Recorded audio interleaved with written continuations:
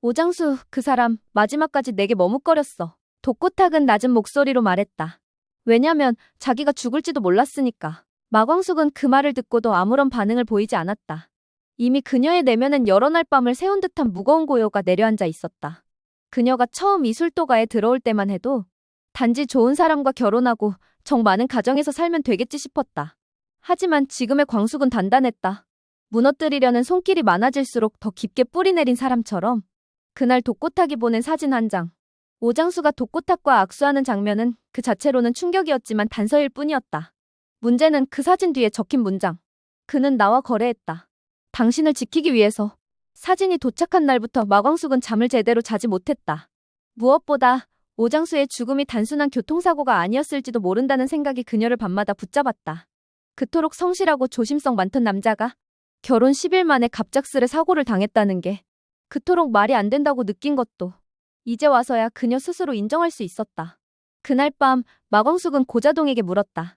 혹시 장수씨 사고 당시 신라주조 쪽이랑 뭐 오간 거 보신 적 있으세요? 고자동은 한참을 가만히 있다 고개를 저었다. 정확히 본 건 없어. 하지만 그날 새벽에 장수 핸드폰에 독고탁 이름이 찍힌 걸 본 적은 있어. 무음으로 받고선 조용히 집을 나섰지. 그게 마지막이었어. 마광숙은 조용히 고개를 끄덕였다. 그녀는 답을 찾으려 하지 않았다. 이제는 정답보다 숨겨진 말들이 더 무서웠기 때문이다. 며칠 뒤 독수리 술도가로 택배 하나가 도착했다. 수신인 이름은 없었고 보낸 주소도 신라주조 근처의 임대 우편함이었다. 고자동이 박스를 뜯자 안에서 오래된 녹음기 하나가 나왔다. 재생 버튼을 누르자 거친 숨소리와 함께 낯익은 목소리가 흘러나왔다. 탁 사장님, 저 사람 마광숙이 제일 위험한 사람이라고요? 나는 그 사람 지킬 겁니다. 술도가도 제 아내도 제가 다 안고 가겠습니다. 그러다 다 잃을 수도 있어. 그래도 지킬 겁니다. 광숙은 가만히 녹음을 들으며 오장수의 마지막 의지를 되새겼다. 남편은 나를 지키기 위해 무엇인가를 감수하고 있었고 그 대가로 목숨을 잃은 것일지도 모른다. 한편 신라주조는 독수리 술도가의 유통망을 집요하게 파고들고 있었다. 서울 시내의 주요 한식당 120곳 중 43곳이 최근 술도가와 계약을 해지하고 신라주조와 새롭게 유통계약을 맺었다는 소식이 들려왔다. 형수님, 이건 시장 점유율 싸움이 아니에요. 저 인간 진짜 무슨 집착증 같아요. 오응수는 테이블을 치며 분노했다. 결혼도 반대하더니 이제 술도가까지 무너뜨릴 생각이에요? 오천수는 조용히 말했다. 그 사람, 형수님이 성공한 여자라는 사실 자체를 못 견디는 거야. 한 집안의 며느리로 남았어야 했다고 생각하겠지. 공주실도 가세했다. 그러니까 누가 처음부터 장수 말리지 말랬어. 그 인간 성질머리 나만 알아봤나? 이 모든 말을 마광숙은 가만히 듣고 있었다. 하지만 말이 없을수록 그 안은 깊이 끓고 있었다. 며칠 뒤 마광숙은 한동석을 따로 불렀다. 회장님, 아니 동석씨, 무슨 일이에요? 혹시 이 결혼 지금이라도 취소하면 회사 이미지에 피해가 클까요? 동석은 당황했다. 그게 무슨 말이에요? 저를 둘러싼 오해, 그리고 장수씨와 독고탁 사이의 관계. 이런 게 드러나면 회사로서도 타격일 수 있잖아요. 한동석은 조용히 일어나 마광숙의 앞에 섰다. 이 결혼은 회사와 무관합니다. 그리고 나는 당신과 함께 가기로 했습니다. 지금 흔들리는 건 당연해요. 하지만 나까지 흔들리면 당신은 어디에 기대야 합니까? 그 말에 마광숙은 눈을 질끈 감았다. 그녀는 강한 사람이지만 오랫동안 기대고 싶어도 기대지 못하는 삶을 살아왔다. 그날 밤 독고탁은 비서에게 지시를 내렸다. 이제 남은 수단은 하나야.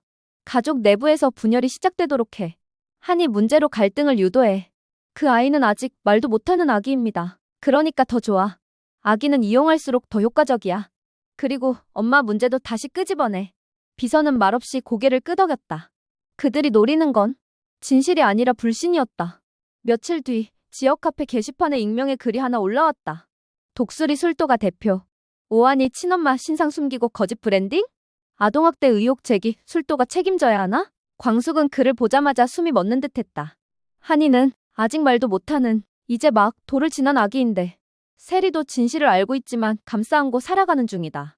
그런데 이 아이를 두고 다시 상처를 무기 삼는 사람이 나타난 것이다. 그 순간 마광숙은 결심했다. 이제 끝내야겠어요. 저 사람 2번 다시 우리 가족 건드리지 못하게. 한이를 향한 거짓 루머는 어디서 시작됐나? 독고탁이 숨기고 있는 박스 안에 진실은 무엇인가? 오장수의 마지막 행적은 누가 함께 기억하고 있는가? 그리고 마광숙은 드디어 반격을 시작한다.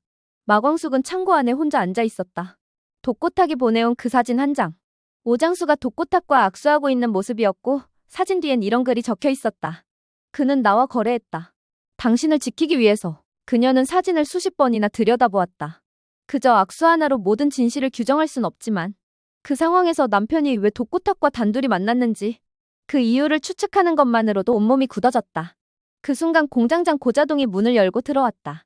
대표님, 광숙은 반사적으로 사진을 감췄다. 그러나 고자동은 고개를 끄덕이며 말했다. 저도 그 사진 봤습니다. 독고탁이 보낸 거죠? 마광숙은 잠시 숨을 고르더니 고개를 끄덕였다. 공장장님, 혹시 장수 씨가 사고 나기 전에 무슨 말 한 적 있으세요? 고자동은 묵묵히 입을 다물고 있다가 조심스럽게 입을 열었다.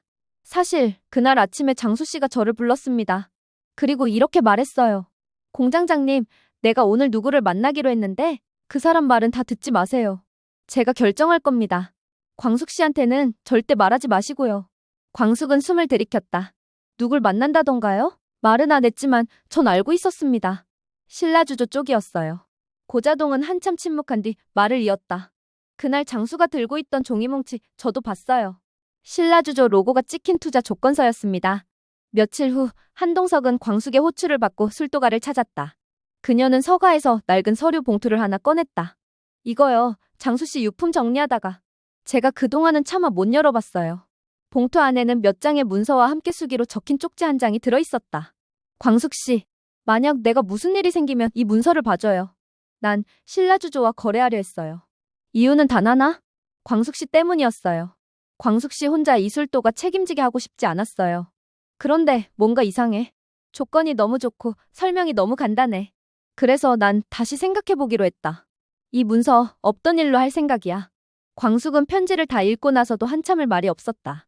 동석은 조심스럽게 물었다. 광숙씨, 지금 이걸 공개할 건가요? 아니요. 이건 나한테만 의미 있는 글이에요. 사람들한텐 그저 지나간 죽음, 하지만 나한텐 다시 시작할 수 있는 용기예요. 하지만 그날 밤 또 다른 사건이 일어났다.